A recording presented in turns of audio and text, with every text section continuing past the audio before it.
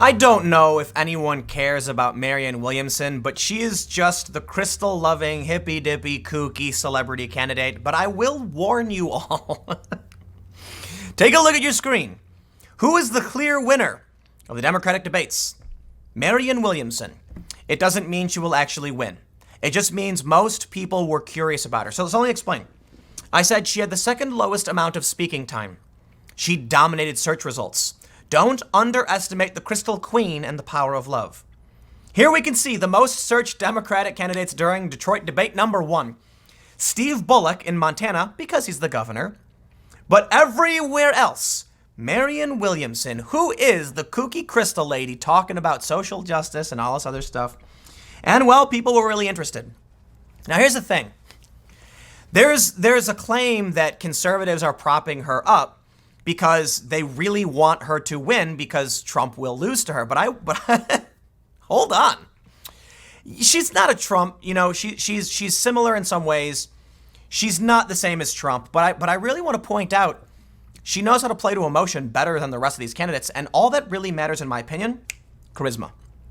Scott Adams tweeted something to the effect of, it was a charisma black hole. None of those candidates were presidents. And I have to agree. I actually think Marianne Williamson has substantially more charisma than basically everyone else on that stage, and that's why. Be warned. There was an email, and I could be wrong about this because I haven't gone through these things. It was like a leaked email where the DNC was talking about using Trump as a Pied Piper candidate because they thought he would never win. And so the Democrats were like, that's who we want to let, fester and grow. I could be wrong about it. It's been a while since I've read this, so I just take it with a grain of salt. Fact check me on that one. The point is, so many people thought Trump was like a buffoon and he would never win. Oh, he's a celebrity. No, that's never going to happen. I remember that video from Ann Coulter where she's on Bill Maher. And they're like, who do you think's going to win? Like, who has the best chance? She goes, Donald Trump. And they all start laughing. That's a great video, by the way, of everyone ragging on Trump, and then he won. Now, what's going on with Marianne Williamson? Conservatives are laughing, saying, haha, make the hippie crystal lady number 1. Be warned. Be warned. Don't underestimate it. Check it out. This guy, I don't know who this is, but I saw this tweet going around. And here's the headline from the New York Times. Marianne Williamson has her moment, and Republicans are gleefully trumpeting it. Yes, promoting the other party's long-shot celebrity kook candidate is a foolproof strategy. Oh, man. And just to be fair, I'm going to read this first critique.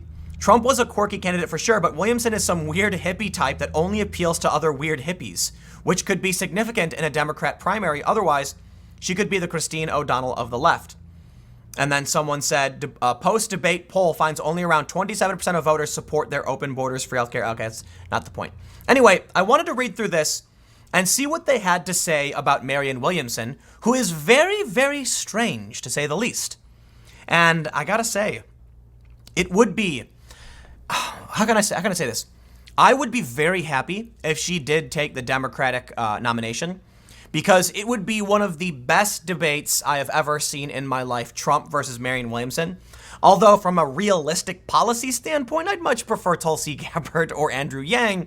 But, now, I will point this out. Many people have said, yeah, but come on, Ron Paul was the same. Like, after all the debates, Ron Paul was the most searched for, and everyone thought he was going to win, and of course he didn't. The establishment prevails, and I'm willing to bet Kamala Harris will be the Democratic nominee. Think about it. Here's my prediction. Or here's my, I don't know. Here's my interpretation of what's happening. Joe Biden reeks of Obama. Obama won twice. Obama can't run again. But Biden has that Obama cologne still coming off him. So a lot of people want to vote for Biden, even though they don't know what Biden stands for. He was topping the polls before he even announced his run. Here's what they do. Have Biden run, but have Kamala Harris tear him down so she gets his thunder. Joe Biden drops while Kamala goes up, and that's what we've seen so far. I'd be willing to bet in the next debates we see the same thing, which is why Kamala and Biden are going to be on the same stage again. She's going to keep trying to take away his thunder, and he's going to concede it to her. And then think about it. Kamala Harris is perfect in every way. Establishment Democrat, female, person of color. She hits everything the Democrats have been looking for. There have been conversations about no white men and things like that, and some even saying no white people, period. Well, Kamala Harris is. She is a social justice candidate. She is perfect. Let's read a little bit about this, though. What do they mean to say Republicans are trumpeting it? What? They say if you ask President Trump supporters who won Tuesday night's Democratic primary debate, their first answer unequivocally was Mr. Trump. That's true. That is absolutely true. There was one tweet that people were sharing around. It said, I have never seen a sitting president win a debate while not being on the stage before until last night. And I gotta say, it's a funny joke, but I think it's better said about the last debate where they all raised their hand to giving health care away to undocumented immigrants. Yikes. But it was really funny. Trump tweeted something about falling asleep. Yeah. But they also expressed a surprising, if not always entirely sincere, admiration for Marianne Williamson, the author and self-help guru who set herself apart with warnings of dark psychic force, tearing the country apart, and an attack on wonkiness as the proper antidote to the populist president. Look, she's qualified, man. She's got the donors. She's got the polls. You would be crazy to underestimate the hippie lady. They thought Trump wouldn't win. They thought Americans wanted a serious politician. No, Americans wanted someone who's going to cut through the BS and be honest about what was happening. And that's what they felt Trump represented. If Marianne Williamson can cut through the posturing and the politicizing and the BS, I assure you people will vote for her. If she goes up on stage and listen, here's one of the things she said in the debate. She said, how are these people going to criticize the NRA when they're taking money from special interests too? And I'm like, she's right. They all talk about money in politics, got to get money out of politics, but then they complain about the NRA and they are accepting money from these PACs and from these other big, funding sources. Not all of them. I understand. It's not like they're complete hypocrites, but she made a point. Marianne Williamson cut through the BS like a hot knife through butter. You know what I want to hear? Honesty. I do. And she does bring a little bit of that, but she is really weird and her tweets are insane. But I don't think she's a crazy person, right? I'm hyperbolic when I say she's nuts. I think she has an interesting perspective. I think she's very smart and very successful. Look, she's like a wealthy, successful public figure. To assume that she's nuts is the same as what they said about Trump. Oh, he's a moron, he's so dumb, and he won and he beat you. I think it would be funny to see, Marianne Williamson debate Trump because it wouldn't be conventional. You know, you're going to get Bernie against Trump, and Trump's going to be like, oh, crazy Bernie with his crazy ideas, and Bernie's going to be talking about numbers and we have the human right and all that stuff. Not going to work. Not going to work against Trump. Trump knows TV. He knows entertainment. He knows emotion. He knows the game. If Marianne Williamson can play that game too, people are going to think that I'm trolling, the younger Mr. Trump wrote on Twitter, perhaps protesting too much about how people would read his intentions. But compared to what else is up on the stage, I think Marianne Williamson is actually winning this thing. This is amazing. And you know what's funny is they barely gave her a chance to speak. And she still came out the second. She wasn't the lowest. I think Hickenlooper was.